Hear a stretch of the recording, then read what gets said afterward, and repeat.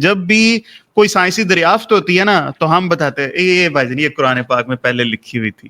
ٹھیک ہے, ہم کبھی یہ نہیں کرتے قرآن پاک میں کوئی چیز لکھی ہوئی ہے چلو اس کے اوپر ریسرچ کر کے کوئی چیز ہم جو ہے نا کچھ نکالتے ہیں. حضرت موسیٰ کے دور کا ملحد, نبی صلی اللہ علیہ وسلم کے دور کا عرب مشرک اور آج کے دور کا ملحد, ان کی ذہنی سطح ایک ہے, ان کا ڈسکورس ایک ہے, ان کے دلائل ایک ہیں, اور ان کی وہ جو اچھل کود ہے وہ ایک ہی ہے. اللہ تعالیٰ ہے نا, کوئی عام انسان کا تو یہ کوئی تجربہ گاہ نہیں ہے دنیا. اللہ تعالیٰ کو پتا ہے کہ پریویس کتابوں کے ساتھ کیا ہو سکتا تھا اور قرآن کے ساتھ بھی لوگ کیا کچھ کر سکتے ہیں. تو اللہ تعالیٰ کے ہٹ اینڈ ٹرائل سے یہ چیز جاننا چاہ رہا ہے تو اللہ تعالیٰ نے کمپلیٹلی وینش کر دیتا. یہ کیا بات ہوئی کہ کچھ چیزیں موجود ہیں اور کچھ اس میں تحریفیں ہو گئیں. اللہ تعالیٰ اس کو سارا کچھ وینش کرتے دنیا میں صرف قرآن پاک صرف رہنے دیتا تاکہ یہ تمام تر اختلافات ہی ختم ہو جاتے. لیکن قرآن پاک میں چینجز نہیں ہوئی. اس چیز کا کوئی منطقی یا سائنٹیفک کوئی سر ایویڈنس آپ بتا سکتے ہیں؟ یہ نہیں بات کہ قرآن پاک کے اندر لکھا ہے تو یہ اس چیز کی دلیل نہیں ہم مان سکتے. تو نبی پاک نے اپنی لائف میں کیوں نہیں مصحف بنایا سر؟ اتنا ضروری کام تھا, اپنی لائف میں مصحف بنوا دیتے.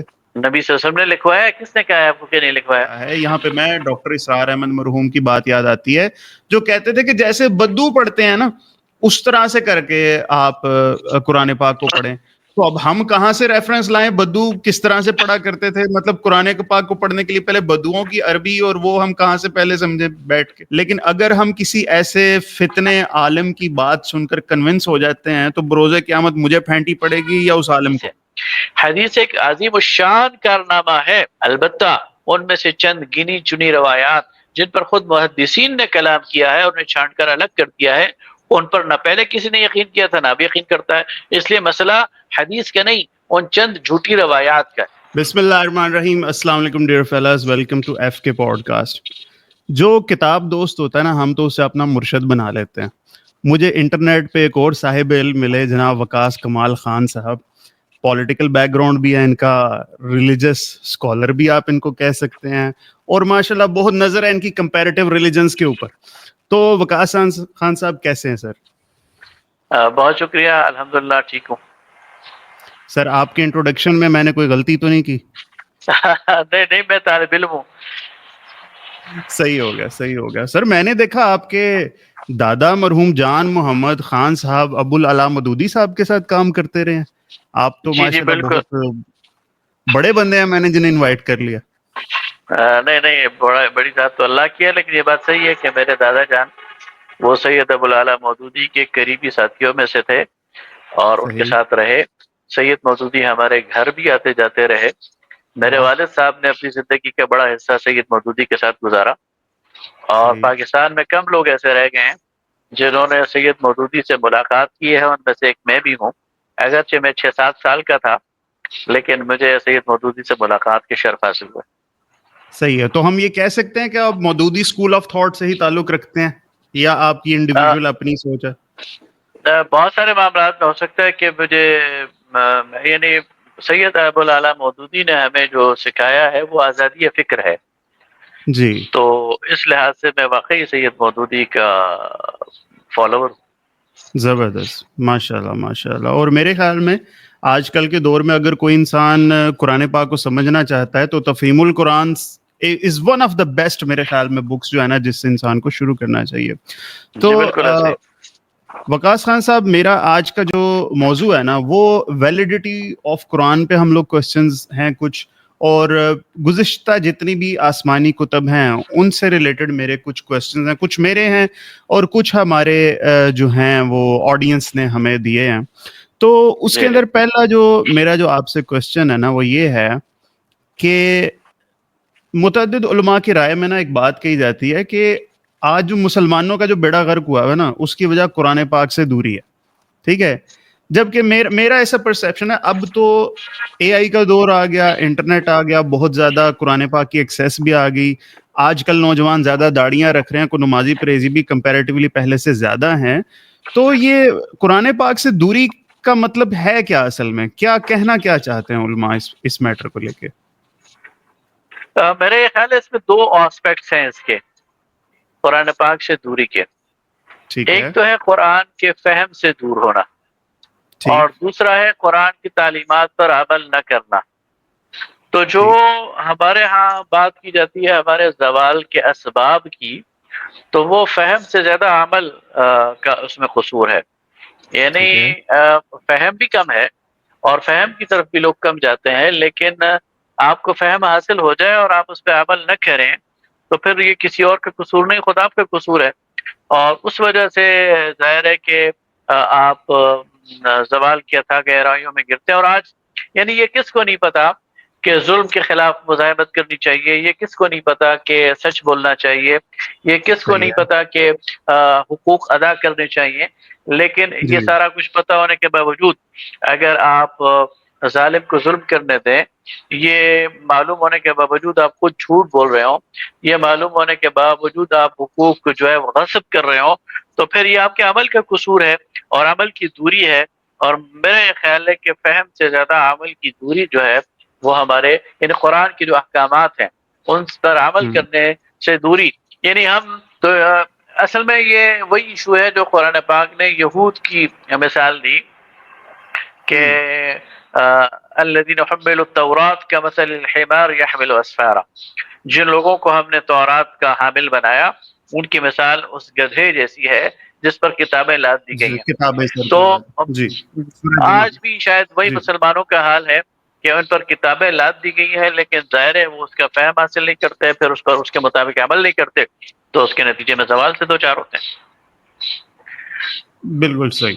چلے سر، یہ بات اب ہمیں بتائیے کہ قرآن پاک کی اللہ تعالیٰ نے حفاظت کا ذمہ لیا ہے، اس سے پہلی کتابوں کی حفاظت اللہ تعالیٰ نے کیوں نہیں کی، جو کہ جنرل پرسیپشن ہے، ہم سب کو بتایا جاتا ہے۔ مجھے بتائیے گا کہ اللہ تعالیٰ ہے نا، کوئی عام انسان کا تو یہ کوئی تجربہ گاہ نہیں ہے دنیا، اللہ تعالیٰ کو پتہ ہے کہ پریویس کتابوں کے ساتھ کیا ہو سکتا تھا اور قرآن کے ساتھ بھی لوگ کیا کچھ کر سکتے ہیں، تو اللہ تعالیٰ کے ہٹ اینڈ ٹرائل سے یہ چیز جاننا چاہ رہا ہے کہ پریویس کتابیں ہیں ان میں تحریف ہو جائے گی، تو ان کی اللہ تعالیٰ نے حفاظت کیوں نہیں کی؟ اصل میں اللہ کی اسکیم کو آپ کو سمجھنا پڑے گا۔ اللہ تعالیٰ نے اس کرۂ ارض پر جب انسان کو بھیجا تو ساتھ ہی یہ وعدہ کیا کہ اہبطوا جمیعا فإما یأتینکم منی ھدی فمن تبع ھدایا فلا خوف علیہم ولا ھم یحزنون، تم زمین پر اتر جاؤ اور اب میری طرف سے تمہارے پاس ہدایت مسلسل آتی رہے گی، اور جب تم اس ہدایت پر عمل کرو گے تو تمہارے لیے کسی خوف اور غم کا کوئی امکان نہیں۔ پھر اللہ تعالیٰ نے ظاہر یہ انسانی زندگی یہ ارتقاء پذیر ہوتی رہی، جب انسان بہت محدود تھے تو ان کی ضروریات بھی بڑی محدود تھی، ان کا علم بھی بڑا محدود تھا، اور ان کو ہدایت بھی بہت کم ضرورت تھی، تو اس دور کے انسان کو اللہ تعالیٰ نے اسی کے مطابق ہدایت دی۔ پھر انسانیت آگے بڑھی، مختلف شعبوں میں اور قبائلوں میں بڑھتی گئی، تو پھر اللہ تعالیٰ نے ہر قبیلے اور ہر قوم میں پیغمبر بھیجے اور ان کے مطابق ان کو ہدایات دیتا رہا اللہ تعالیٰ۔ ہر زبان میں اللہ تعالیٰ نے نبی بھیجا، ہر زبان میں اللہ تعالیٰ نے اپنی ہدایت بھیجی۔ پھر ہمیں نظر آتا ہے کہ انسانیت ذرا تھوڑا سا اور آگے بڑھی تو اللہ تعالیٰ نے بنی اسرائیل کو منتخب کیا کہ وہ یہ جو دین کی ذمہ داری ہے اس کو ادا کریں اور لوگوں تک ہدایت پہنچائیں۔ تو پھر اللہ تعالیٰ نے ابراہیم علیہ السلام کی اولاد کے ایک حصے میں 4,500 پیغمبر بھیجے اور ان کو بنیادی طور پر تورات کی شریعت دی۔ کوئی 1500 سال تک تورات کی یہ شریعت ریلیونٹ رہی، لیکن پھر انسانیت یہ اللہ تعالیٰ کی اسکیم کے عین مطابق ایک بین الاقوامی دور میں داخل ہو گئی، اور وہ ایسا دور تھا کہ پوری دنیا کا آپس میں انٹر کنیکشن یہ ڈیولپ ہو گیا، رسل و رسائل کے کمیونیکیشن کے ذرائع اتنا ڈیولپ ہو گئے کہ ایک علاقے کے انسان دوسرے علاقے تک جا سکے، ایک بولی بولنے والا دوسرے بولی بولنے والے تک کمیونیکیٹ کر سکے تجارت کے ذریعے اور سفر کے ذریعے۔ تو وہاں پر پھر اللہ تعالیٰ نے پوری انسانیت کو، ساری دنیا کے انسانوں کو ایک لاسٹ میسج دیا قرآن کے ذریعے ٹھیک ہے اب آپ کے اس سوال کی طرف آتے ہیں کہ جو پچھلی ہدایتیں تھیں وہ ٹائم باؤنڈ تھیں، وہ کسی خاص علاقے کے لیے تھی، کسی خاص زبان کے لیے تھی اور کسی خاص عہد کے لیے تھی، لہذا ٹھیک ان ہے کو تو مٹنا ہی تھا، ان کو ٹھیک ہے irrelevant ہونا ہی تھا۔ اس لیے ٹھیک ہے یہ اب سوال نہیں ہے کہ اس کو اللہ تعالیٰ نے اس کی حفاظت کیوں نہیں کی۔ جب ان کا ٹھیک دور ہے تھا اللہ نے ان کی پوری حفاظت کی، جب وہ دور گزر گیا تو اب وہ irrelevant ہے، اب ان کا ہونا نہ ہونا یہ برابر ہے۔ اب اللہ ٹھیک ہے تعالیٰ نے ایک آخری فائنل ورڈ دیا ہے اس انسانوں کو جو قیامت تک کے لیے، ایک ایسے سٹیج پہ کہ اب ایک دنیا اس سے آگے، یعنی ظاہر ہے کہ ایک بیس لائن جو انسانی فکر نے ہے وہ حاصل کر لی ہے، ایک بیس لائن انسانوں کو حاصل ہو گئی پوری دنیا کے، اس کے بعد وہ ظاہر ارتقا کریں گے، اس کے بعد ان کے علم میں اضافہ ہوگا، ان کے تجربات میں اضافہ ہوگا، ان کے مشاہدات میں اضافہ ہوگا، لیکن وہ جو بیس لائن ہے وہ انشاءاللہ انٹیکٹ رہے گی، قائم رہے گی۔ لہذا اب انسانوں کے لیے جو ہدایت ضروری تھی وہ قرآن کی صورت میں اللہ تعالیٰ نے دے دی، اور چونکہ اس نے قیامت تک رہنا ہے اس لیے اللہ تعالیٰ نے اس کے لیے خصوصی اس کو سیف گارڈ کیا، اس کو ٹھیک ہے یعنی سابقہ جو وہ تھے تورات ہے یا انجیل ہے یا سابقہ صحیفے ہیں، اور جب آپ بات کریں گے تو پھر انشاءاللہ ان کا ہم ڈیٹیل میں انالیسس بھی کریں گے، تو ٹھیک اس ہے میں جو تھا لوگوں نے اپنی طرف سے انٹرپریٹیشنز داخل کر لی تھی، اپنی طرف سے بہت سارا مواد داخل کر لیا تھا، تو اللہ تعالیٰ نے اس فائنل ورڈ کو، اس قرآن پاک کو ان ساری چیزوں سے محفوظ رکھا قیامت تک کے لیے، ٹھیک ہے تاکہ ٹھیک ہے قیامت تک کے آنے والے انسان کو یہ حجت نہ رہے، اس کے پاس یہ دلیل نہ رہے کہ میرے پاس تو اللہ کی کتاب پہنچی نہیں یا خالص اللہ کا کلام پہنچا نہیں تو میں کیسے عمل کروں۔ قیامت تک کا انسان وہ یہ گلہ اب اللہ سے نہیں کر سکتا، اس لیے کہ اللہ کا کلام محفوظ ہے۔ ٹھیک ہے سر، یہ بات سمجھ میں آتی ہے کہ اللہ تعالیٰ نے قرآن پاک کو محفوظ فرمایا، لیکن دوسری کتابیں جتنی بھی تھی ان کو پھر اللہ تعالیٰ سرے سے ہی مٹا دیتا نا۔ اگر آپ نے بھی ورڈ بولا کہ وہ irrelevant ہے، ان کا ہونا نہ ہونا کوئی اس سے فرق نہیں پڑتا، آپ نے کچھ الفاظ کے رد و بدل سے بات یہی کی ہے، تو اللہ تعالیٰ نے کمپلیٹلی وینش کر دیتا۔ یہ کیا بات ہوئی کہ کچھ چیزیں موجود ہیں اور کچھ اس میں تحریفیں ہو گئیں، اللہ تعالیٰ اس کو سارا کچھ وینش کرتے دنیا میں صرف قرآن پاک صرف رہنے دیتا تاکہ یہ تمام تر اختلافات ہی ختم ہو جاتے۔ دیکھیں نا، اللہ تعالیٰ نے قرآن پاک جب نازل کیا تو قرآن پاک بھی آیت اتار دی نا کہ ما ننسخ من آیت او ننسها نأتی بخیر منہا او مثلہا، اور اس کے ذریعے اور قرآن کے بہت ساری دوسرے آیات کے ذریعے اللہ تعالیٰ نے عملاً منسوخ کر دیا سابقہ شریعتوں کو، تو اللہ تعالیٰ نے ٹھیک تو ہے منسوخ ہی کرنا تھا نا، وہ اللہ نے کر دیا۔ اب اگر آپ یہ کہیں کہ اللہ تعالیٰ کی طرف سے کوئی ایسا انتظام ہوتا کہ ایک دم آگ لگ جاتی ان سارے صحیفوں کو اور وہ ختم ہو جاتے، تو یہ اللہ کا طریقہ نہیں ہے اللہ۔ اور یہ دیکھیں اچھا دنیا میں بھی ایسا ہی ہوتا ہے نا، آپ ایک ریٹن آرڈر دیتے ہیں کہ جو پچھلا قانون ہے وہ ریپیل، وہ جو ہے وہ ریپیل ہو گیا ہے، وہ منسوخ ہو گیا ہے، تو وہی ایک ریٹن آرڈر اللہ تعالیٰ نے قرآن کی صورت میں دے دیا کہ سابقہ صحیفے منسوخ ہیں، اب ان کی کوئی ریلیونسی نہیں ہے۔ مگر سر اتنا کہہ دینے سے تو انسان نہیں نا کنونس ہوگا کہ سابقہ سارے کے سارے منسوخ ہو گئے۔ اللہ تعالیٰ اس بخیر ہم اللہ تعالیٰ سے زیادہ فہم تو نہیں رکھتے، اللہ تعالیٰ مسئلہ کی یہ حکمت تو ہر چیز میں۔ شاید آپ کے ذہن میں یہ ہے نا کہ اس کے لیے کوئی معجزاتی طریقہ اختیار کیا جاتا کہ وہ ختم ہو جاتی ہے، تو ظاہر ہے یہ اللہ کا طریقہ نہیں ہے۔ اور اچھا دوسری بات یہ ہے، مسئلہ یہ ہے کہ اللہ تعالیٰ نے اس دنیا میں، اس کرۂ ارض میں انسان کو بھیجا ہی آزمائش کے لیے۔ اب ٹھیک ہے آزمائش کیسے ہوگی؟ اگر ساری چیزیں کلیئر ہو جائیں اور ساری چیزیں واضح ہو جائیں تو پھر امتحان کی تو گنجائش ہی نہیں رہے گی۔ ٹھیک بات ہے۔ امتحان کی گنجائش تو رہے گی تب جب آپ کے سامنے دو راستے ہوں اور میں سے آپ اپنی مرضی اور اختیار سے کسی ایک کا انتخاب کریں۔ اب آپ کے ٹھیک ہے سامنے ایک ہی راستہ ہو تو پھر تو سب نے اسی پہ چلنا ہے، تو پھر امتحان اور آزمائش تو ختم ہو گئی۔ تو اللہ تعالیٰ ٹھیک ہے، نے آزمائش اور امتحان تو ڈالا ہے نا، تو اس وجہ سے یہ ساری ویرائٹی موجود ہے۔ چلیں ٹھیک ہے، یہ بات ہم مان لیتے ہیں۔ چلیں اب مجھے بتائیں، آپ بھی اسٹوڈنٹ ہیں کمپیریٹیو ریلیجنس کے، تو آپ کی پرسیپشن ہے کیا یہ جو اولڈ اور نیو ٹیسٹمنٹ ہے، یہ تو ان کو انجیل تو کہنا نہیں چاہیے کیونکہ these are Mark, Matthew, Luke, John, Bible according to John, according to Luke, according to Mark, مطلب یہ حضرت مسیح علیہ السلام کی کئی ہوئی باتیں کیا اس میں موجود ہیں یا اللہ تعالیٰ کا کلام اس میں موجود ہے؟ اس کو انجیل کہنا چاہیے؟ دونوں کے بارے میں اچھا، بتائیے گا۔ اس میں ذرا تھوڑا سا یہ ہے کہ یہ جو اس وقت ہمارے پاس بائبل موجود ہے نا، اس بائبل کے بنیادی طور پر دو حصے ہیں، اولڈ ٹیسٹیمنٹ اور نیو ٹیسٹیمنٹ۔ جی جو اولڈ ٹیسٹیمنٹ ہے جسے عہد نامہ عتیق کہتے ہیں، جی اس کے جی جو پہلے 5 چیپٹرز ہیں، پہلے 5 ہوں چیپٹرز ہوں جس میں ہوں پیدائش ہے، عروج ہوں ہے، گنتی ہے، جینیسس اخبار ہے اور ایگزوڈس استثناء ہے، یہ جو ڈیوٹرانومی اینڈ 5 ہیں نمبرز، یہ یس تورات کہلاتے ہیں، ٹھیک ہے ٹھیک ہے؟ اور جو انجیل ہے یہ بنیادی طور پر 4 انجیلیں ہیں، لوقا کی انجیل، مرکز کی انجیل، یوحنا کی انجیل اور متی کی انجیل، متی یہ کی 4 انجیل انجیلیں۔ اچھا، اب اس میں یہ یاد رکھیے کہ یہ براہ راست اللہ کا کلام نہیں ہے اس وقت جو ہمارے پاس موجود ہے، ٹھیک ہے بلکہ جو تورات ہے یہ اصل میں بایوگرافی ہے حضرت موسیٰ کی، اچھا اور اس بایوگرافی میں حضرت موسیٰ کا جو وعظ ہے یا جو ان کا تلقین ہے یا جو ان کی زبان سے اللہ کا کلام نازل ہوا ہے وہ بھی درج ہو گیا، لہذا یہ ایک مکسچر بن گیا ہے جس میں بعض اوقات ہم یہ اسرٹن نہیں کر سکتے کہ فلاں بات اللہ کی کون سی بات ہے اور بعد میں لکھنے والے کی کون سی بات ہے۔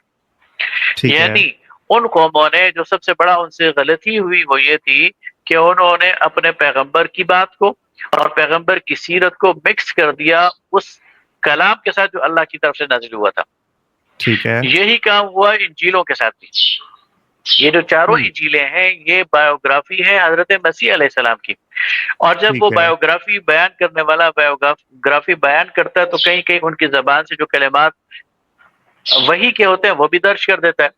اب اچھا سننے والا پڑھنے والا جو ہے وہ اس میں یہ ڈسٹنکشن نہیں کر سکتا کہ اس میں سے کون سے ورڈز اللہ کے ہیں اور کون سے ورڈز اس بایوگرافی بیان کرنے والے کے ہیں۔ ہوں ٹھیک ہو گیا؟ صحیح ہے جبکہ اس کا جب ہم کمپیریٹیو انالیسس کرتے ہیں قرآن پاک سے تو قرآن پاک کو بالکل واضح طور پر سیف گارڈ کیا گیا ہے، یعنی نبی صلی اللہ علیہ وسلم پر جب وحی نازل ہوتی تھی تو آپ کاتب کو بلواتے تھے اور اس کو لکھوا بھی دیتے تھے، پھر صحابہ ٹھیک کی ہے محفل میں اس کو پڑھ کے سناتے تھے، نماز میں اسے پڑھ کے سناتے تھے، تو لوگوں کو یہ معلوم ہو جاتا تھا کہ یہ فلاں آیات ہیں جو قرآن کی ہیں، اور صحیح ہے نبی صلی اللہ علیہ وسلم کی جو احادیث ہیں وہ بالکل الگ ہیں، نبی صلی اللہ علیہ وسلم کی جو سیرت ہے، آپ کے جو ڈے ٹو ڈے کے جو معلومات ہیں وہ بالکل الگ سے کمپائل کیے گئے، لہذا ٹھیک ہے قرآن کی صورت میں تو ہم بالکل واضح طور پہ کہہ سکتے ہیں کہ اللہ تعالیٰ کی طرف سے جو کلام نازل ہوا وہ یہ ہے، وہ فاتحہ سے شروع ہوتا ہے والناس تک، ان 2 جلدوں کے درمیان بند ہے، اس میں کوئی چیز اضافی نہیں ہے، جو حدیث ہے وہ اس سے بالکل الگ ہے، اور جو سیرت ہے نبی صلی اللہ علیہ وسلم کی بایوگرافی ہے وہ اس سے بالکل الگ ہے، اور یہ چیزیں مسلمانوں نے مکس نہیں کی، تو یہ اللہ کی طرف سے ایک انتظام تھا یا مسلمانوں کا ایک ذوق تھا، لیکن اللہ تعالیٰ نے اپنی اس آخری کتاب کو اس مکس ہونے سے بچا لیا۔ تو تورات کے بارے میں ہم یہ کہہ سکتے ہیں کہ اس میں اللہ کا کلام موجود ہے، لیکن کیا یہ سارا کا سارا اللہ کا کلام ہے؟ ایسا نہیں ہے۔ اسی طرح انجیل کے بارے میں ہم یہ کہہ سکتے ہیں کہ اس میں کچھ اللہ کے کلام کے اجزاء موجود ہیں، لیکن کیا یہ سارا کا سارا اللہ کا کلام ہے؟ ایسا نہیں ہے، اس میں بہت ساری چیزیں داخل ہو گئی۔ ٹھیک ہے چلیں ویری کمپریہنسو آنسر۔ اب میں بحیثیت مسلمان بھی میں یہ بات جاننا چاہتا ہوں کہ اگر ہمیں کسی کو پروف کرنا ہو کہ قرآن پاک میں کوئی چینجز نہیں ہوئے، تحریف تو چلے ہوتی ہے، مطلب کوئی بھی بندہ اپنا کوئی بھی اختراع کچھ بھی فورسفلی نکال لے، لیکن قرآن پاک میں چینجز نہیں ہوئی، اس چیز کا کوئی منطقی یا سائنٹیفک کوئی سر ایویڈنس آپ بتا سکتے ہیں؟ یہ نہیں بات کہ قرآن پاک کے اندر لکھا ہے تو یہ اس چیز کی دلیل نہیں ہم مان سکتے، اگر قرآن پاک کے اندر لکھا ہے کوئی اور بات ہونی چاہیے۔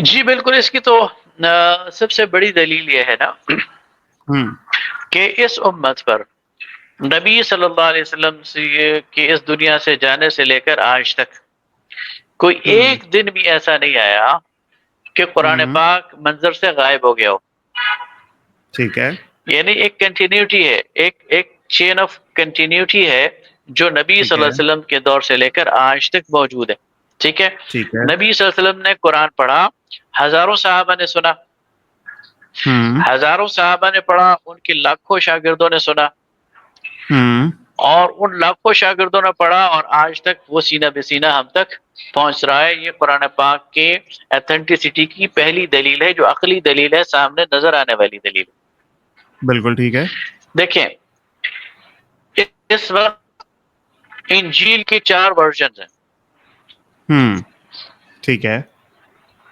دیکھیں اس وقت انجیل کے 4 ورژنز ہیں، لیکن ٹھیک ہے، حقیقت میں یہ 4 ورژن نہیں ہے، یہ سینکڑوں ورژن ہے. سینکڑوں ورژنز میں سے 4 کو انہوں نے سلیکٹ کیا ہے کہ یہ موسٹ اتھینٹک ہے. ٹھیک ہے. بالکل ٹھیک ہے. لیکن پوری امت مسلمہ میں اس وقت 2 ارب سے زیادہ مسلمان ہیں. شرقاً غرباً آپ چلے جائیں، مسلمانوں کے پاس ایک ہی قرآن ہے. اگر اس میں اختلاف ہوتا تو پھر آج ہمارے پاس 500 قرآن ہونے چاہیے تھے، 1000 ہونے چاہیے تھے.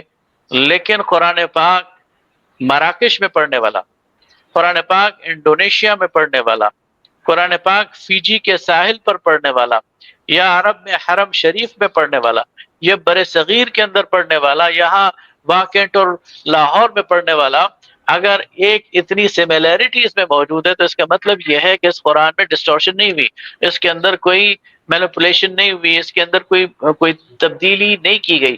اگر تبدیلی کر دی جاتی تو آج ہمارے پاس اس کے ورژن موجود ہوتے. پھر یہ تو ہو گیا اس کا ایک تواتر. دوسری اس کی جو دلیل ہے وہ یہ ہے کہ قرآن پاک خود رسول اللہ صلی اللہ علیہ وسلم کی زندگی میں لکھا گیا، ٹھیک. اور اس کے جو آثار ہیں، اس کے جو شواہد ہیں آج بھی موجود ہیں. مثلا 2015 میں غالباً فرانس کی کسی لائبریری میں ایسے پارچہ جات وہ دریافت ہوئے جن کو وہ کیا کہتے ہیں اسے، ریڈیو کاربن انالیسس کہتے ہیں یا کیا ہاں، کہتے کاربن ہیں، وہ ان انالیسس کا فش کے کیا اندر گیا. سے. جی جی. جی جی. تو وہ جب ان کا کاربن انالیسس کیا نمبرنگ گیا وہ کہتے ہیں. سورہ زخرف تھی. ہاں جی. وہ سورہ زخرف اور 20ویں پارے کی کچھ صورتیں تھیں، وہ بالکل وہی ہیں جو، اور وہ بتا رہے ہیں کہ یہ وہی دور ہے جو نبی صلی اللہ علیہ وسلم کے کا دور ہے. پھر نبی صلی اللہ علیہ وسلم کے صحابہ نے یعنی اس کو خاص طور پر حضرت عثمان رضی اللہ تعالیٰ عنہ کے دور پہ جو نبی صلی اللہ علیہ وسلم کے بالکل قریب کا دور ہے، خلیفہ راشد ہیں، اس قرآن پاک کو مصاحف میں لکھوا کر کم از کم 7 صوبوں میں اس کو بھجوا دیا. ان میں سے 3 یا 4 ابھی بھی محفوظ ہیں، اور یعنی حضرت عثمان کا اپنا جو مصحف ہے جس پر ان کے خون کے نشان بھی پڑے ہوئے ہیں، جس کو میرا خیال میں ڈی این اے کے طور پر ٹیسٹ بھی کیا جا سکتا ہے. اگر کہیں سے حضرت عثمان کا ڈی این اے مل جائے تو وہ استنبول کے عجائب خانے میں نے خود اپنی آنکھوں سے دیکھا ہے. تو آپ کو اور کیا دلیل چاہیے اس کے علاوہ کہ قرآن پاک وہی ہے جو کہ نبی صلی اللہ علیہ وسلم سے صحابہ کو اور صحابہ سے ہم تک منتقل ہوا، اور اس پر تو ہزاروں نہیں کروڑوں حفاظ آج جو ہے وہ اس کے گواہ ہیں. صحیح ہے. تو نبی پاک نے اپنی لائف میں کیوں نہیں مصحف بنایا سر؟ اتنا ضروری کام تھا، اپنی لائف میں مصحف بنوا دیتے. نبی صلی اللہ علیہ وسلم نے لکھوایا، کس نے کہا ہے آپ کو کہ نہیں لکھوایا؟ نبی صلی اللہ علیہ وسلم نے 2 کام کیے. نبی صلی اللہ علیہ وسلم نے نہ صرف قرآن لکھوایا بلکہ اپنی زندگی میں قرآن حفظ کروایا، اور آپ کی زندگی میں ایسے صحابہ موجود ہیں جنہیں مکمل قرآن پاک حفظ تھا. پھر ٹھیک. آخری سال رمضان جب آپ نے یعنی اللہ تعالیٰ نے آپ کو اپنے پاس بلانا تھا، اس سال کا جو رمضان ہے آپ نے 2 دفعہ پورا قرآن پڑھ کر سنایا، الحمد سے لے کر والناس تک اسی ترتیب کے ساتھ. تو یہ آپ کو کس نے کہہ دیا کہ نبی صلی اللہ علیہ وسلم نے اپنے دور میں اس کو جمع نہیں کیا؟ نبی صلی اللہ علیہ وسلم نے اپنے دور میں جمع کیا. صحابہ نے کیا کیا؟ صحابہ نے اسے ریپلیکیٹ کیا ہے. وہ ٹھیک ایک ہے. نسخہ جو نبی صلی اللہ علیہ وسلم نے ٹھیک. خود جمع کیا تھا، صحابہ نے اس کے مطابق کئی اور نسخے بنا کر اس کو پھیلایا ہے. ٹھیک. یعنی نبی پاک نے 2 گتوں کے موجود قرآن پاک بنوایا ہے. Is that what you are saying, sir? نبی صلی اللہ علیہ وسلم نے 2 گتوں کا تو میں نہیں کہہ رہا، بلکہ ایک صندوق میں لکھوا کر، ایک صندوق میں اس کے پارچہ جات نبی صلی اللہ علیہ وسلم نے ٹھیک. محفوظ کرا کر رکھے تھے. ٹھیک ہے. ٹھیک. صحابہ کے حوالے کیے، اسی صندوق سے پھر اس کو جو ہے ریپلیکیٹ کیا گیا. ٹھیک. کیا یہ وہی مصحف ہے جو حضرت حفصہ کے پاس رکھوایا تھا انہوں نے؟ کیا یہ اسی کی بات ہو رہی ہے؟ جی جی بالکل اسی کی بات. ٹھیک ہے، بہت شکریہ سر. اب یہ بتائیے گا کہ انسان کا جسمانی ارتقاء اور روحانی ذہنی ارتقاء تو جاری ہے، تو پھر اللہ تعالیٰ نے ہم سے کمیونیکیٹ کرنا کیوں روک دیا؟ چلے نبی نہیں آ رہے، وہ تو ہم مانتے ہیں کہ خاتم النبیین ہیں نبی پاک صلی اللہ علیہ وسلم، لیکن ہم سے کمیونیکیشن کا رستہ کیوں اللہ تعالیٰ نے روک دیا؟ دیکھیں جی، اللہ تعالیٰ کی سنت یہ ہے کہ وہ جب انسانوں سے مخاطب ہوتا ہے تو براہ راست مخاطب نہیں ہوتا. اس کے ٹھیک لیے ہے اس نے نبی ہی بھیجنا ہے، اور ٹھیک نبوت ہے اور رسالت کا سلسلہ اس نے بند کر دیا، اس لیے کہ نبی بھیجنا کھیل نہیں ہے، یہ میں بھی آپ کو بتا دوں۔ دیکھیں ٹھیک ہے جب کوئی نبی آتا ہے تو پوری دنیا کے سارے انسان ایک آزمائش سے گزرتے ہیں، اس نبی ٹھیک کو ماننے والے وہ مسلمان کہلاتے ہیں، اور اس نبی کا انکار کرنے والے کافر ہو جاتے ہیں۔ لہذا ٹھیک روز روز انسانوں کو اس طرح ایک آزمائش میں ڈالنا یہ اللہ تعالیٰ کی سنت نہیں ہے۔ اس لیے ایک انسانیت کا جب ایسا دور آ گیا کہ ایک بارڈر لائن کراس کر لی انسانوں نے، اس کے بعد جتنا بھی فہم ان کا ارتقا کر جائے وہ ایک بلوغت ہوں، تک پہنچ گئے، یعنی آپ سمجھ لیں کہ انہیں وہ ایک ذہنی بلوغت حاصل ہو گئی، صحیح تو پھر اللہ تعالیٰ نے ایک آخری نبی بھیج دیا۔ اس کے بعد اب انسان اپنی عمر میں جتنا بڑھ جائے، اپنے مشاہدے میں جتنا بڑھ جائے، اپنے علم میں جتنا بڑھ جائے، اس کی جو کم سے کم کیپیبلٹی ہے وہ اس سے نیچے نہیں گرے گی جو آج سے 1500 سال پہلے تھی۔ لہذا وہ بنیادی ہدایت اللہ تعالیٰ نے انسانوں کو دے دی، اور اس ہدایت کی روشنی میں قیامت تک وہ اپنی زندگی گزار سکتے ہیں۔ اللہ تعالیٰ نے ایسے ٹولز دے دیے انہیں، اللہ تعالیٰ نے ہوں انہیں زندگی گزارنے کا ایک ایسا طریقہ بتا دیا، ایسے فارمولہ سیٹ کر دیا ان کے لیے کہ جن کی روشنی میں وہ قیامت تک کے آنے والے مسائل کو ایڈریس کر سکتے ہیں، چیلنجز کا مقابلہ کر سکتے ہیں۔ اور اب آپ دیکھیں نا صحابہ کرام جب نبی صلی اللہ علیہ وسلم رخصت ہو گئے، ہدایت اور وحی کا سلسلہ رک گیا، تو بہت سارے ہوں چیلنجز آئے ان کے سامنے بالکل نئے، لیکن وہ ایک لمحے کے لیے نہیں گھبرائے، انہوں نے انہی ٹولز کو استعمال کیا جو رسول اللہ انہیں دیکھ کر گئے تھے، اسی تربیت صحیح سے استفادہ کیا، اور انہوں نے تمام مسائل کو ایڈریس کیا۔ آج بھی ہمیں کوئی مسائل پیش آئیں گے تو ہم انہی طریقہ کار کے مطابق ان مسائل کو ایڈریس کریں گے اور اپنے لیے راستہ نکال لیں گے، اور یہی اللہ تعالیٰ چاہتا ہے۔ ٹھیک ہے چلے سر جیسے ہمیں باقی کسی بھی کانٹینٹ میں اختلاف ہو جاتا ہے، قرآن پاک ایک ایسی چیز ہے جس کے اندر اختلاف ہونا نہیں چاہیے تھا، جبکہ اللہ تعالیٰ خود کہتا ہے کہ لا ریب فی، اس میں ریب تک نہیں ہے، ٹھیک ہے، شک سے بھی آگے کی چیز ہوتی ہے ریب، ٹھیک، پھر بھی ہاں اس کو لوگ سمجھتے ہیں تو ڈفرینٹ لوگوں کو سیم لائنز عربک میں ہی پڑھ کر ڈفرینٹ سمجھ آتی ہے۔ تو مجھے یہ بتائیے گا کہ قرآن پاک کو سمجھنے کا طریقہ کیا ہے؟ یہاں پہ میں ڈاکٹر اسرار احمد مرحوم کی بات یاد آتی ہے جو کہتے تھے کہ جیسے بدو پڑھتے ہیں نا اس طرح سے کر کے آپ قرآن پاک کو پڑھیں۔ تو اب ہم کہاں سے ریفرنس لائیں؟ بدو کس طرح سے پڑھا کرتے تھے؟ مطلب قرآن پاک کو پڑھنے کے لیے پہلے بدوؤں کی عربی اور وہ ہم کہاں سے پہلے سمجھیں بیٹھ کے؟ بتائیں طریقہ بتائیں قرآن پاک کو پھر سمجھنے کا کیا ہے؟ دیکھیں اصل میں قرآن پاک کے بارے میں ایک چیز تو پوری اچھی طرح آپ سمجھ لیں کہ اللہ جی تعالیٰ فرماتا ہے وَلَقَدْ يَسَّرْنَا الْقُرْآنَ لِلذِّكْرِ فَهَلْ مِن مُدَّكِرٍ، ہم ٹھیک نے ہے قرآن کو سمجھنے کے لیے آسان کر دیا ہے، تو کوئی ہے جو اسے سمجھے۔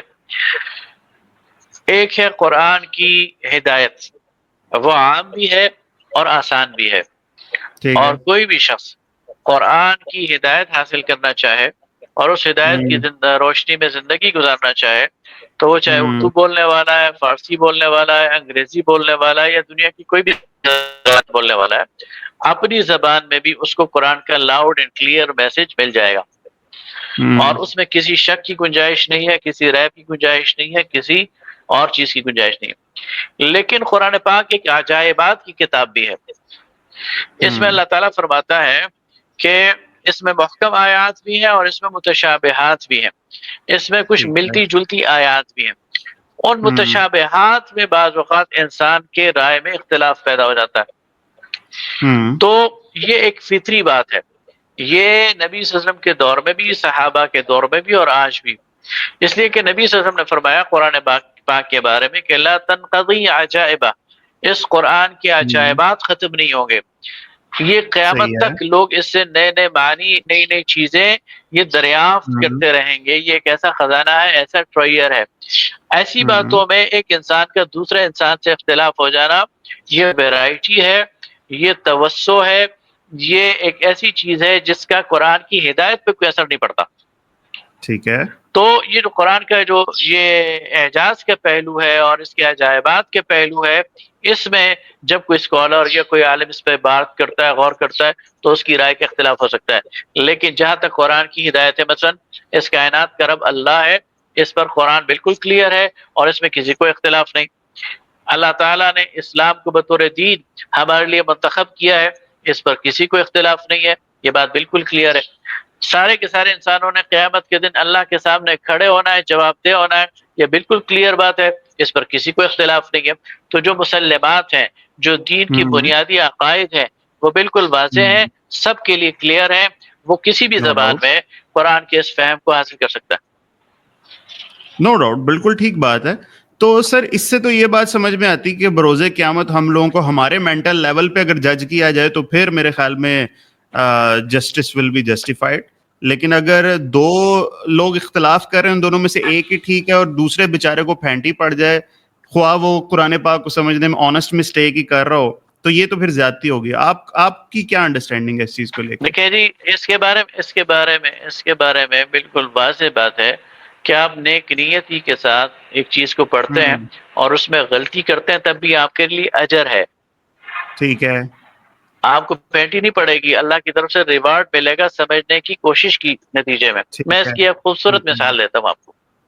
چلے نبی بتائیں. صلی اللہ علیہ وسلم نے صحابہ کرام کو ایک غزوے کے لیے بھیجا، بنو قریظہ، ٹھیک اور یہ آرڈر دیا کہ عصر کی نماز سے پہلے پہلے وہاں پہنچ جاؤ. ٹھیک اب یہ لوگ چل پڑے تو ٹھیک راستے میں عصر کی نماز کے وقت ہو گیا. ہوں تو ایک گروہ نے کہا کہ چونکہ نبی صلی اللہ علیہ وسلم نے ہم سے کہا ہے کہ عصر کی نماز سے پہلے پہلے وہاں پہنچو، تو ہم وہاں پہنچیں گے اور وہیں عصر کی نماز پڑھیں گے، اس سے پہلے عصر کی نماز نہیں پڑھیں گے. ہوں جبکہ دوسرے گروہ نے کہا کہ نبی صلی اللہ علیہ وسلم کا مقصد یہ نہیں تھا کہ عصر کی نماز قضا کرو، بلکہ صحیح مطلب یہ تھا کہ جلدی چلو، لیکن اب چونکہ ہم راستے میں عصر کا وقت ہو گیا تو نماز پڑھتے ہیں اور پھر وہاں پہنچیں گے. ٹھیک ہے، اب ان دونوں گروہوں نے اپنے اپنے فہم کے مطابق عمل کیا. بالکل ٹھیک. ایک نے عصر کی نماز کو مؤخر کیا اور وہاں پہنچ کر پڑھی، نبی کے حکم کے لیٹرز کو لیا. دوسرے نے نبی کے حکم کی اسپرٹ کو لیا، نماز وہیں پڑھی اور پھر وہاں پہنچے. جب یہ صحیح ہے. واپس آئے اور نبی صلی اللہ علیہ وسلم کے سامنے یہ بات رکھی کہ ہمارے درمیان اس پر اختلاف ہو گیا، تو آپ نے دونوں کو ٹھیک قرار دیا صحیح ہے، کہ ایک نے لیٹر پر عمل کیا، ظاہری حکم پر بالکل عمل ٹھیک ہے، کیا، دوسرے نے اس کے سینس پر عمل کیا. یہ صحیح ہے، انسانی، جب تک انسانی زندگی ہے، کچھ لوگ لیٹر پر جائیں گے، کچھ اسپرٹ پر جائیں گے، صحیح بات ہے، بالکل اور ٹھیک ہے. اس کے مطابق ان کو اجر ملے گا. اللہ تعالیٰ ان لوگوں کو سزا نہیں دے گا انشاءاللہ. ٹھیک ہے.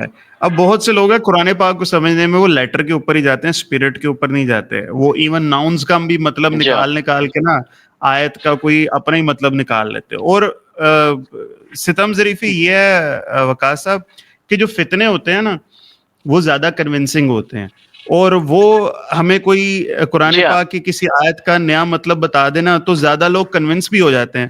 تو ایسی صورت میں فرض کیا، کسی کا نام لینا تو مناسب نہیں ہوگا، لیکن اگر ہم کسی ایسے فتنے عالم کی بات سن کر کنونس ہو جاتے ہیں تو بروز قیامت مجھے پھینٹی پڑے گی یا اس عالم کو؟ دیکھیں، جس نے آپ کو گمراہ کرنے کی کوشش کی ہے نا، وہ تو پھنسے گا اللہ کے ہاں. لیکن ٹھیک ایک ہے، شخص نیک نیتی سے یا کم علمی کی ہاں وجہ سے یا جہالت کی وجہ سے، صحیح ہے، دیکھیں اس کا براڈر آسپیکٹ ٹھیک رہا ہو، دیکھیں اللہ کی ٹھیک توحید پہ کوئی کمپرومائز نہیں ہے، ٹھیک ہے، ٹھیک ہے، رسول ٹھیک کی ہے، رسالت پہ کوئی کمپرومائز نہیں ہے، صحیح ہے، آخرت کے دن کی ججمنٹ پہ کوئی کمپرومائز نہیں ہے. لیکن ایک شخص آپ کو کوئی دینی مسئلہ بتاتے ہوئے اس میں سے ایک انٹرپریٹیشن ایسی بتاتا ہے کہ اس کے مقابلے میں دوسری بھی ہے، اور آپ اس کی وہ انٹرپریٹیشن لے لیتے ہیں، تو یہ اجتہاد ہے. اس میں اگر آپ غلطی بھی کریں گے تو اللہ کے ہاں یہ یعنی وہ نہیں ہے، باز پوس والی بات نہیں ہے. بالکل صحیح ہے، ٹھیک ہو گیا. اوکے سر، اب یہ بتائیے گا کہ، اور یہ اب ایک ایسا کوشچن ہے جو کہ ملحدین بھی کرتے ہیں، اور بلکہ مجھے بھی اس چیز کا اعتراض بڑا رہتا ہے کہ جب بھی کوئی سائنسی دریافت ہوتی ہے نا تو ہم بتاتے ہیں یہ بھائی جان یہ قرآن پاک میں پہلے لکھی ہوئی تھی. ٹھیک ہے، ہم کبھی یہ نہیں کرتے قرآن پاک میں کوئی چیز لکھی ہوئی ہے، چلو اس کے اوپر ریسرچ کر کے کوئی چیز ہم جو ہے نا کچھ نکالتے ہیں. فار ایگزامپل مشہور ہے ڈاکٹر کیتھل مور، ہمارے ایمبریولوجی پہ بہت انہوں نے کام کیا. ٹھیک، وہ ریسرچ کرنے کے بعد بتاتے ہیں، اور ہم ہر جگہ کوٹ کرتے ہیں ڈاکٹر کیتھل مور کو کہ وہ انہوں نے بعد میں دیکھا قرآن پاک میں چیز. ہمارے پاس اتنے سالوں سے ایمبریولوجی کی آیات موجود تھیں، کسی مسلمان سالے نے کیوں نہیں پڑھ کے کوئی ریسرچ کی اور کوئی چیز نکالی؟ ہم کیوں الٹا کیوں چلتے رہتے ہیں سر؟ اچھا اس میں ذرا دیکھیں، یہ مسئلہ تھوڑا سا اس کو سمجھنے کی ضرورت ہے. ایک تو بات آپ کی ہے کہ اگر مسلمان اپنی ریسرچ کی بنیاد قرآن پر رکھیں تو وہ آج کی دنیا سے بہت ایڈوانس اور آگے جاتے ہیں. لیکن بدقسمتی یہ ہے کہ مسلمانوں نے ریسرچ کی جو فیلڈ ہے اس کو چھوڑا ہوا ہے. یہ تو ایک ہو گئی عملی بات. دوسری بات یہ ہے کہ قرآن سائنس کی کتاب نہیں ہے. ٹھیک ہے، بالکل ٹھیک ہے. قرآن ہدایت کی کتاب ہے، لیکن اللہ رب العالمین نے قرآن پاک میں ہمیں بعض ایسے اشارات دیے ہیں کہ ان کو اگر سمجھا جائے تو ہمیں بہت ساری جو سائنٹیفک چیزیں ہیں وہ ہمارے لیے آسان ہو جاتی ہیں. ٹھیک ہے. لیکن قرآن پاک انہیں اشارے کی زبان میں، کنایے کی زبان میں، تشبیہ کی زبان میں ہمارے سامنے رکھتا ہے. ٹھیک ہے. ٹھیک ہے. تو اس میں آپ کو تھوڑا سا ڈیٹیل بھی بتا سکتا ہوں اگر آپ اس میں بات کریں گے. جی تو پہلی بات تو بتائیے. یہ ہے کہ اللہ تعالیٰ ہمارے لیے قرآن پاک میں جو ہے وہ اشارات دیتا ہے. لیکن مسئلہ پتہ کیا ہے؟ مسئلہ یہ ہے کہ ہم بعض اوقات پشنگ بیک کرتے ہیں. ٹھیک ہے. مثلا آج ہمارے سامنے ایک سائنس نے ایک انکشاف کیا، تو ہم کہتے ہیں کہ اگر تم قرآن سے یہ اشارہ نکالتے ہو تو قرآن نے ایگزیکٹلی یہ بات تو نہیں کی. ٹھیک ہے. تو اگر قرآن واقعی اللہ کی کتاب ہے تو اسے تو ایگزیکٹلی یہی بات کرنی چاہیے تھی.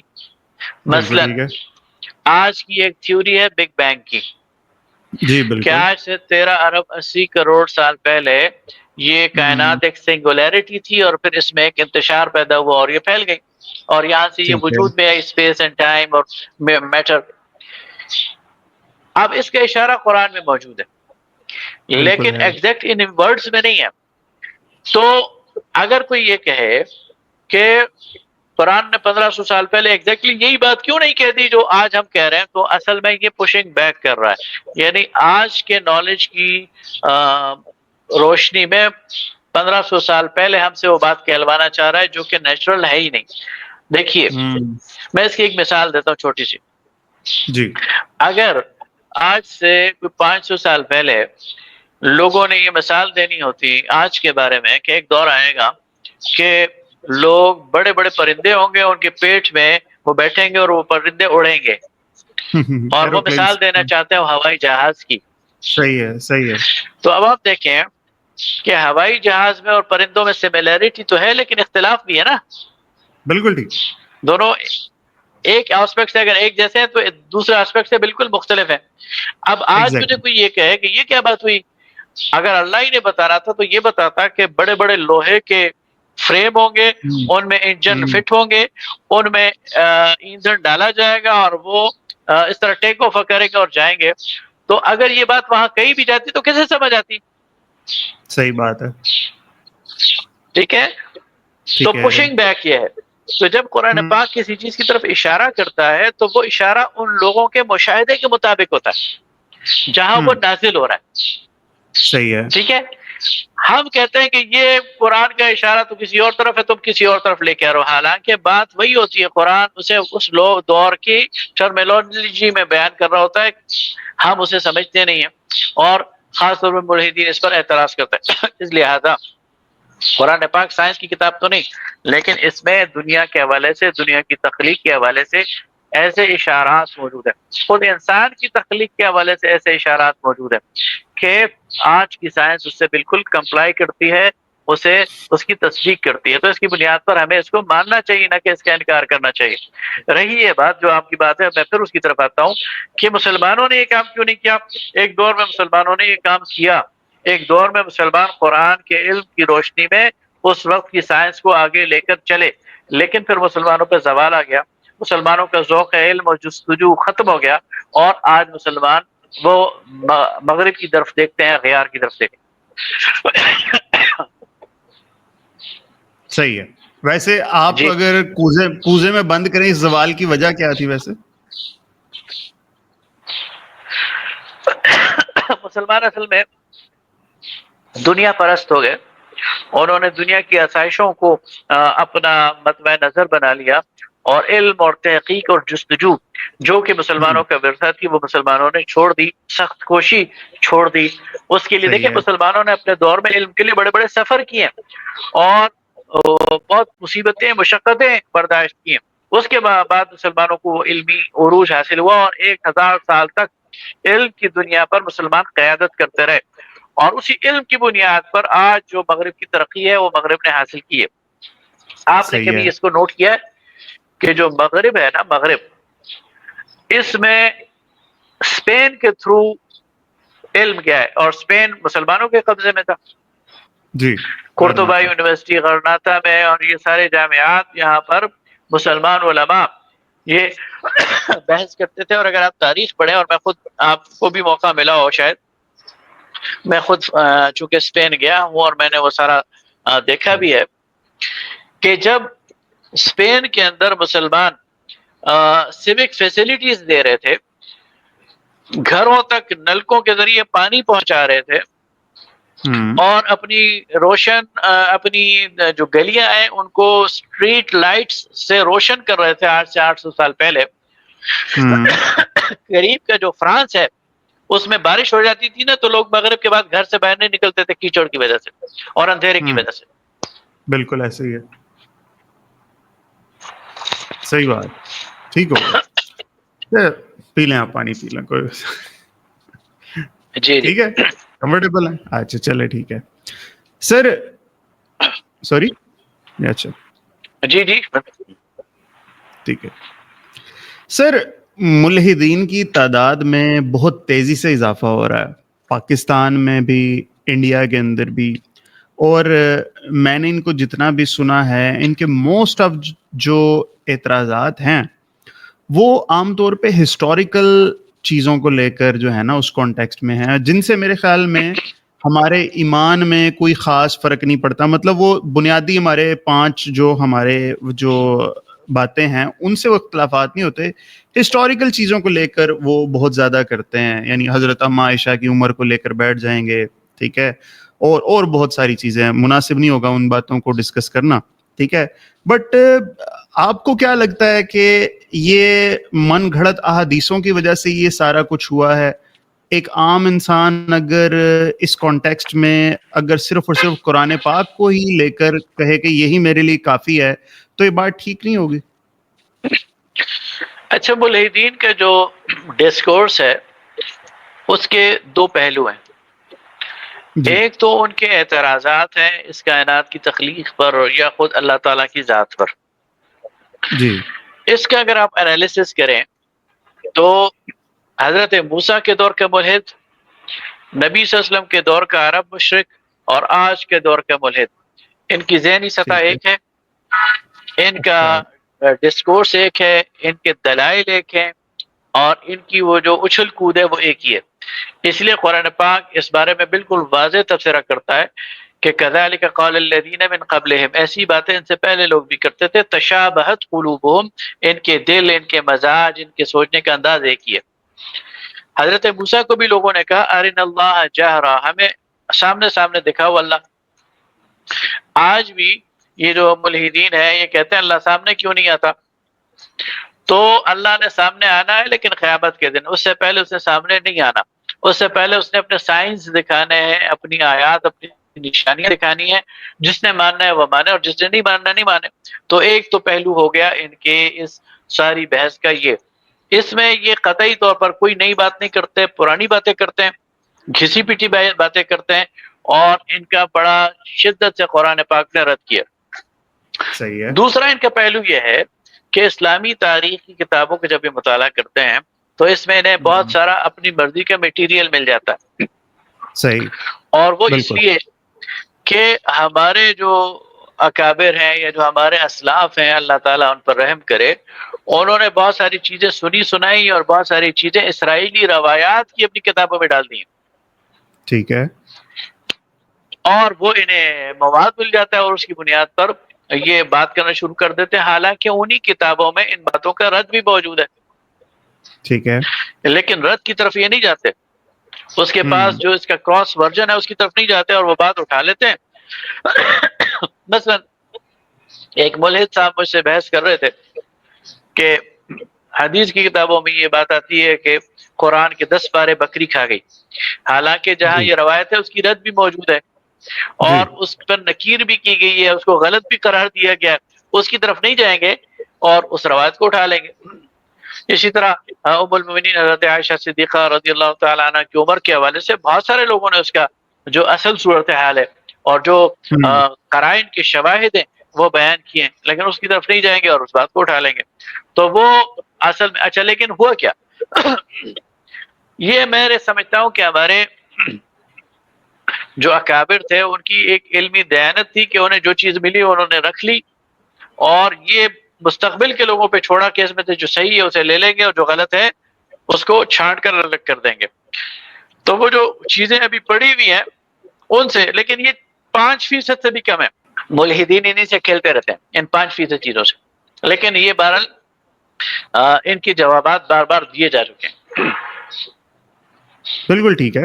تو کیا میرا کوشچن یہ تھا سر کہ اگر ہم صرف اور صرف قرآن پاک تک رہیں تو کیا that would not be enough? کیونکہ آپ دیکھیے گا جتنے بھی صحابہ تھے اللہ تعالیٰ ان کے نے پاس، میرا سوال پورا ہونے دیجیے گا سر، معذرت، صحابہ کرام جتنے بھی تھے ان سب کے پاس کوئی احادیث کی کتب نہیں تھی، ایسے ہی تبا تابعین کے پاس بھی نہیں تھی، امام موطا سے پہلے کسی نے بھی یہ جسارت نہیں کی، ٹھیک ہے؟ تو کیا ہم بھی اگر آج یہ سوچے کہ احادیث کو اگر ہم چھوڑ دیں، صرف اجماع امت کو لے لیں، سنت کو لے لیں اور قرآن پاک کو لے لیں، تو ڈونٹ یو تھنک کہ وہ انف نہیں ہوگا آج کل کے مسلمان کے لیے؟ جی اب بتائیے گا۔ دیکھیے صحابہ کرام نے حدیث تو نہیں لی، لیکن انہوں نے رسول اللہ کو سامنے دیکھا تھا نا۔ جی بالکل، انہیں حدیث لینے کی ضرورت ہی نہیں تھی، ان کے سامنے تو چلتے پھرتے تھے رسول اللہ صلی اللہ علیہ وسلم، اور صحابہ ہی سے وہ حدیث ہم تک پہنچی ہے۔ دیکھیے مسئلہ حدیث میں نہیں ہے، مسئلہ ان چند روایات کا جو گنی چنی ہے، جو کہ کسی طریقے سے ہماری ان کتابوں میں آ گئی ہے، ورنہ محدثین نے چھانٹ پٹک کر صحیح کو غلط سے الگ کر دیا ہے اور یہ بتا دیا ہے کہ کون سی انفارمیشن صحیح ہے اور کون سی غلط ہے۔ اس لیے کہ جو اللہ کی طرف سے ہدایت ہے نا، یہ دو چیزوں کا نام ہے، ایک اللہ کی کتاب، دوسرے اللہ کے پیغمبر صلی اللہ علیہ وسلم کی سنت۔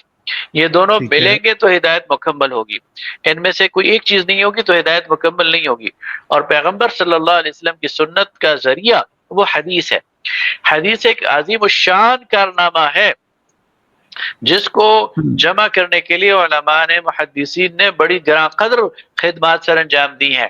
البتہ ان میں سے چند گنی چنی روایات جن پر خود محدثین نے کلام کیا ہے، انہیں چھانٹ کر الگ کر دیا ہے، ان پر نہ پہلے کسی نے یقین کیا تھا نہ اب یقین کرتا ہے۔ اس لیے مسئلہ حدیث کا نہیں، ان چند جھوٹی روایات کا ہے۔ ٹھیک ہے، بہتر جواب۔ سر پھر ایک بات بتائیے گا، ایک عام آدمی نے کوئی معیار قائم کرنا ہو تو وہ کیسے کرے؟ کیونکہ اب آپ دیکھیے گا، میں ایک دو آپ کو ایگزامپلز بتاتا ہوں۔ ہم لوگ اسکول میں پڑھتے آئے ایک واقعہ کہ نبی پاک صلی اللہ علیہ وسلم روز گزرتے تھے تو ایک بڑھیا ان کے اوپر کوڑا پھینکتی تھی، ٹھیک ہے؟ وہ دوسرے دن گئے، پھر ان کے اوپر کوڑا پھینکا گیا، ٹھیک ہے؟ یہ روایت محدثین بتاتے ہیں کہ یہ کوئی روایت نہیں ہے، ٹھیک ہے؟ اس کے بعد نبی پاک نے ایک بڑھیا کا سامان اٹھایا، آخر پہ بڑھیا نے کہا کہ یہاں پہ ایک جادوگر آیا ہوا ہے، اس کے بارے میں تمہیں بتانا چاہتا ہوں۔ نبی پاک نے کہا کہ میں ہی وہ جادوگر ہوں، اور وہیں پہ انہوں نے اسلام قبول کر لیا۔ یہ بھی روایت کہتے ہیں کہ غلط ہے، بیسک اسلامیات میں موجود ہے۔ علم حاصل کرو خواہ تمہیں چین جانا پڑے، یہ بھی ضعیف حدیث ہے۔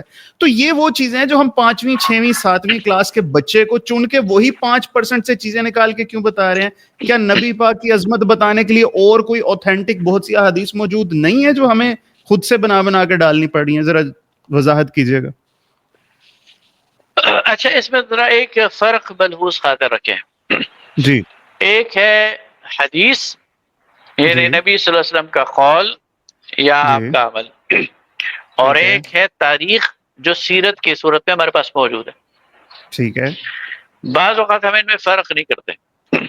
اچھا بتائیے فرق۔ ایک بہت بڑا ذخیرہ ہمارے پاس ایسا ہے جو نبی صلی اللہ علیہ وسلم کی سیرت کا ہے، ٹھیک ہے، اور اولین سیرت نگار جو ہے وہ ابن اسحاق ہیں، ٹھیک ہے؟ اب ابن اسحاق جو ہمارے پاس تاریخی روایات لے کر آتے ہیں، ان کو اگر آپ حدیث کی بنیاد پر جج کریں گے نا، تو ان میں سے بہت ساری چیزوں کو وہ حدیث کے معیار پر پورا آپ نہیں پائیں گے، لیکن یہ اس کا مطلب یہ نہیں کہ وہ غلط روایات ہیں۔ یہ جو آپ نے دونوں روایات بیان کی ہیں، یہ بے شک حدیث کی اس سخت بیان پہ پورا نہیں اترتی، اس لیے کہ اس کے بیان کرنے والے یا نریٹرز معلوم نہیں ہیں، لیکن تاریخ کے طور پر یہ ہمیں ملی ہے، ٹھیک ہے۔ تو نبی صلی اللہ علیہ وسلم کی جو سیرت ہے، آپ کا جو بود و باش تھا، آپ کا جو مکہ کے اندر اور نبوت سے پہلے کی زندگی تھی یا نبوت کے بعد کی زندگی تھی، اس کا بہت بڑا ذخیرہ یہ سیرت اور تاریخ میں ہمیں ملتا ہے۔ ٹھیک ہے، یہ آج کل بہت سارے لوگ اس میں مغالطہ کرتے ہیں کہ تاریخ کو پرکھنا شروع کر دیتے ہیں حدیث کی بنیاد پر۔ اگر تاریخ کو آپ پرکھنا شروع کر دیں گے حدیث کے معیار پر تو 95% تاریخ کو آپ ثابت نہیں کر سکیں گے، ٹھیک ہے، اور یہ کہیں بھی ایسا نہیں ہوتا۔ محدثین نے جو نبی صلی اللہ علیہ وسلم کے اقوال کے لیے معیار مقرر کیا نا، وہ تو اس لیے اچھا، اب مثلا میں آپ کو ایک اگلی بات بتا دوں، یہ چونکہ سینسیٹیو مسئلہ ہے کہ نبی صلی اللہ علیہ وسلم کا ایک قول آپ بیان کر رہے ہیں تو آپ کے پاس پوری چین ہونی چاہیے کہ آپ نے کس سے سنا، اس نے کس سے سنا، اس نے کس سے سنا، اور اس نے نبی صلی اللہ علیہ وسلم سے کب سنا، یہ پوری چین پوری ہونی چاہیے۔ اچھا، اب ایک شخص نبی صلی اللہ علیہ وسلم کا کوئی قول بیان کرتا ہے تو لازماً نہیں وہ جھوٹ بول رہا ہو، لیکن چونکہ وہ چین اسٹیبلش نہیں کرتا تو محدث اس کی اس حدیث کو ریجیکٹ کر دیتا ہے، حالانکہ وہ ٹھیک ہو سکتی ہے۔ ٹھیک ہے، اس لیے کہ چونکہ معاملہ اتنا سینسیٹیو ہے کہ بغیر اس چین کے ہم رسول اللہ صلی اللہ علیہ وسلم کے کسی قول کو ایکسیپٹ نہیں کر سکتے، ٹھیک ہے۔ لیکن نبی صلی اللہ علیہ وسلم مکہ میں پیدا ہوئے، نبی صلی اللہ علیہ وسلم عام الفیل میں پیدا ہوئے، نبی صلی اللہ علیہ وسلم 12 ربیع الاول کو یا 9 کو پیدا ہوئے، نبی صلی اللہ علیہ وسلم جو ہے وہ بچپن میں کیسے تھے، آپ جوانی میں کیسے تھے، تجارت کرتے تھے، اس کے لیے اس ساری حدیث کی بنیاد پر اتنے سخت معیار کی ضرورت نہیں ہے، اور تاریخ میں کسی بھی چیز کے لیے ایسا نہیں ہوتا۔ تاریخ تو ہمارے پاس سینہ بسینہ آتی ہے، اس میں ہو سکتا ہے کوئی آمیزش ہو جائے، اس میں کچھ ایگزیجریشن ہو جائے، لیکن تاریخ تاریخ ہوتی ہے۔ بالکل ٹھیک سر، بہت آپ نے سر زبردست کیا۔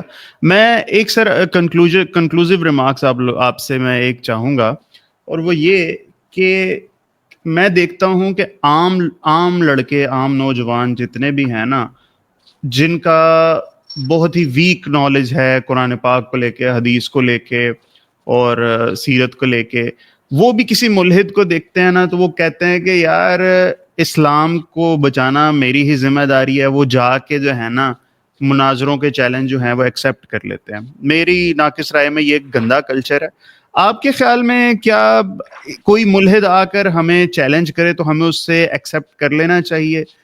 کیونکہ میرے خیال میں اس سے تو بڑا نقصان ہو رہا ہے، کیونکہ وہ بہت ہی انٹیلیجنٹ ایتھیسٹ ہیں جتنے بھی اب تک میری نظر سے گزرے ہیں، اور ہم بیچارے پھنسے ہوئے ہیں روایات میں اور ان ویک ہسٹوریکل ریفرنسز میں، ان چیزوں کی بیسس پہ وہ ہمیں اچھا خاصا پھینٹا چڑھا دیتے ہیں اور ہمارے پاس ان چیزوں کا جواب کوئی نہیں ہوتا۔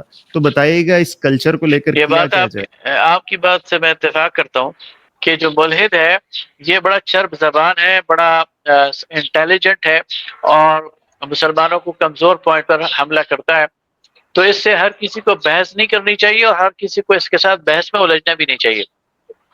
دوسری بات یہ ہے کہ ان کو ہمیں پروموٹ بھی نہیں کرنا چاہیے، لیکن جہاں تک ان کے جو ڈسکورس ہے اس کو ہمیں آپس میں بھی اور نوجوانوں کو اس کے متعلق آگاہی دیتے رہنا چاہیے، اور اس پر انہیں پورا ویل ایجوکیٹ کرنا چاہیے۔ آج کے دور میں اپنے نوجوان کو ان کے فتنے سے بچانے کے لیے جو تدبیر اختیار کی جا سکتی ہے وہ ضرور اختیار کرنی چاہیے۔ بہترین سر، بہت اعلیٰ، میرے خیال میں بہت کمپریہنسو ہماری ڈسکشن رہی، اور میں چاہوں گا وقاص صاحب ایک دفعہ آپ پھر ہمارے پاس آئیں، کیونکہ میں یہ جو ٹاپک ہے نا احادیث والا، یہ میں بہت ڈیٹیل میں آپ کے ساتھ ڈسکس کرنا چاہتا ہوں، کیونکہ جو ٹاپک ہے نا احادیث والا یہ بہت زیادہ سینسٹیو ہے، کیونکہ منکرین احادیث بہت زیادہ پیدا ہوئے ہیں، اور ان کے آرگومنٹس بھی میں آپ کو بتاؤں کوئی لیس کنونسنگ نہیں لگتے، اور بہت سے لوگ ہیں جو اس چیز کی بیسس پہ جو ہے بہت سی چیزوں کو ریجیکٹ کر چکے ہیں، اور ایک طرح سے ایک نیا ہی دین جو ہے نا وہ بننے لگ گیا۔ تو انشاءاللہ العزیز میں وقاص صاحب چاہوں گا کہ آپ انشاءاللہ نیکسٹ ٹائم پھر آئیں اور ہم اس سلسلے کو جو ہے نا کنٹینیو رکھیں۔ تو وقاص بھائی بہت بہت شکریہ جی سر آپ، حدیث پر انشاءاللہ بات کریں گے، حدیث پہ بات کریں گے انشاءاللہ۔ ٹھیک ہے، بہت شکریہ سر، تھینک یو۔